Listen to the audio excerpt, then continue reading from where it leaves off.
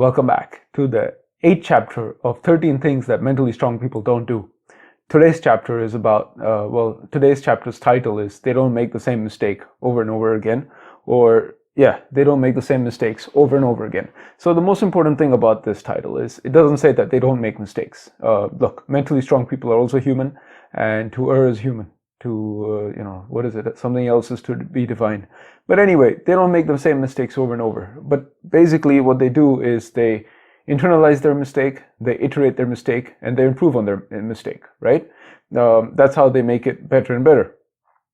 I want to give off two examples from the book, both business examples. The first is Macy's. So the founder of Macy's, before he started Macy's, he started 3 or 4 different department stores as well, and they all failed. But he had in one of these departmental stores an idea that to have more excitement and more publicity, to do some sort of parade. So he organized the parade. It was a flop. And one of the main reasons it was a flop was probably because it was in the blistering heat of the summer. So when he opened up Macy's, he liked the idea of the parade also. He realized it was a flop before, but he sort of internalized it and assumed that it became a flop because it was in the blistering heat of the summer. So he made the parade around Thanksgiving Day, and that is now the famous Macy's Thanksgiving Day Parade. So, he had an idea, he went for it, it failed, but he learned from it, and he didn't make the same mistake again. He improved upon it, and therefore succeeded. The other example is from Milton Hershey's. Before he had this hugely successful chocolate factory, he had many other businesses which failed. Then he also partnered up with different businesses, and they were successful, but at a certain point they failed, and then he started again. And then even when he had his own confectionery company, it was going super well, and also it failed. But from every failure, that was close to bankruptcy, right? So he had to mortgage everything, he had to take out another loan, and then he had to restart again. But the point is, from every failure, he learned something, and he iterated it, and he improved on it. He didn't give up, and he also didn't make the same mistake over and over again. There's this quote that I really like, that insanity is doing the same thing over and over again but expecting different results, right? Mentally strong people don't make the same mistake again and again, right? But they also don't stop trying. So the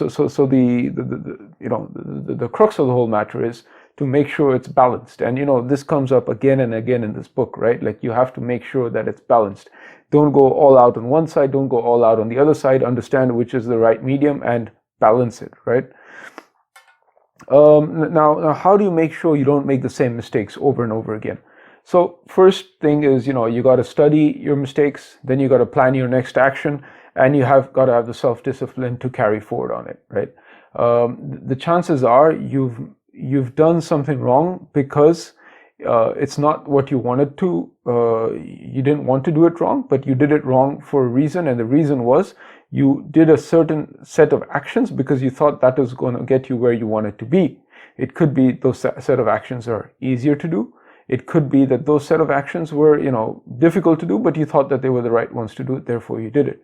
So you got to study it. You got to study what you did and understand what is the reasoning for every action that you did. Once you've understood the reasoning, try to understand the triggers and the environment that made you make those decisions, right? And the trick is to put it down on paper, right? Don't just think about it like, oh yeah, I could have done this or I could have done this. No, to actually internalize it, you got to spend time on your mistakes, right? You got to figure out why you made that mistake. What set you to drive you into that situation to make that mistake. Now, it could be your surroundings. It could be how you felt. It could be outside pressures. It could be inside pressures. It could be so many different things. So, figure those things out. And those are what we call triggers. Figure out what those triggers are. And then once you've figured out what those triggers are, understand what is the plan so that you can, go around those triggers. Now, when people go into rehab, a lot of people, they come out of rehab and they go exactly into the same patterns again. And the reason is not that once they were in rehab,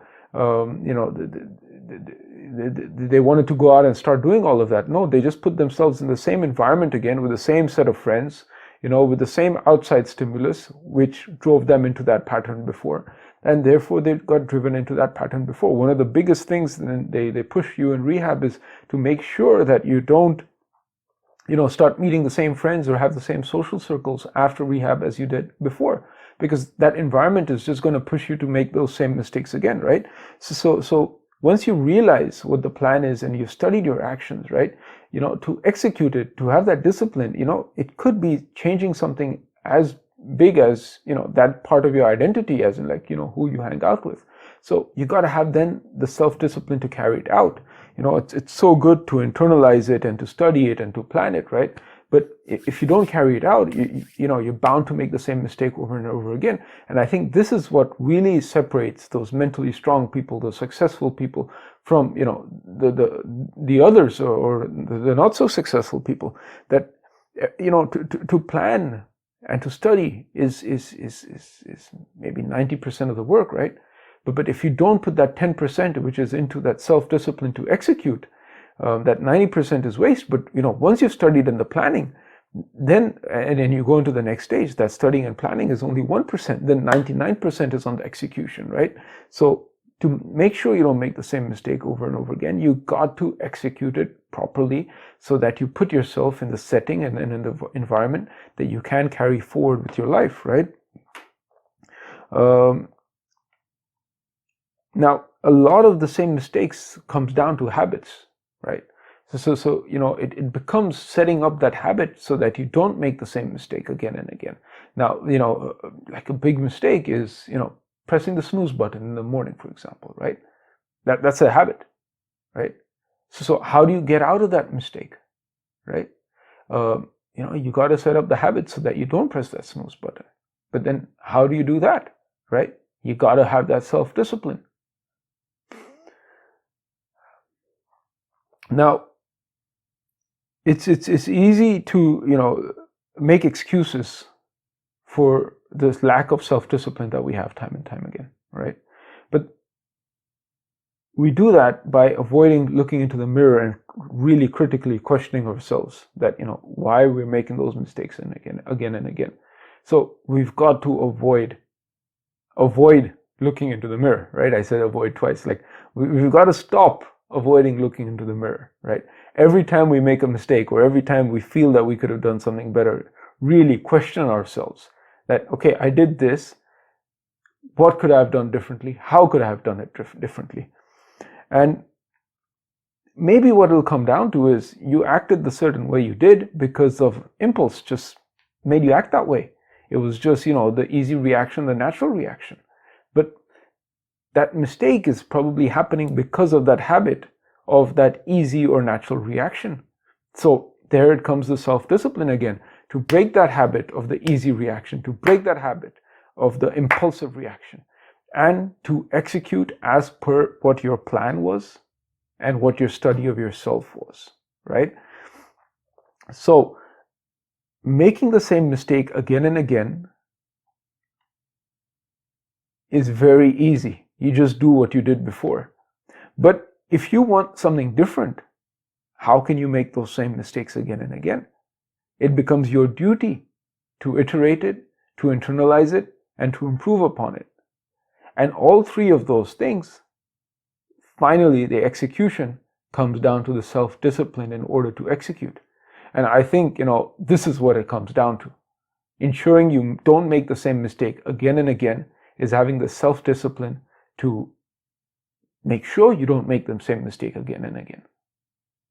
If you don't have the self-discipline yourself, how can you expect a different outcome by every action that you when every action that you take is the same?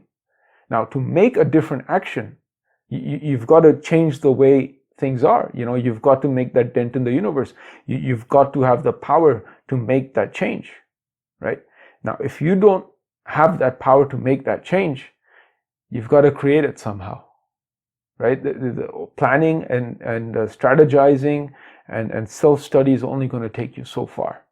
Now, if you don't make that change yourself, that change is not just going to happen. It's you who's got to make that change. And I think mentally strong people, at the end of the day, that they have that ability to make that change.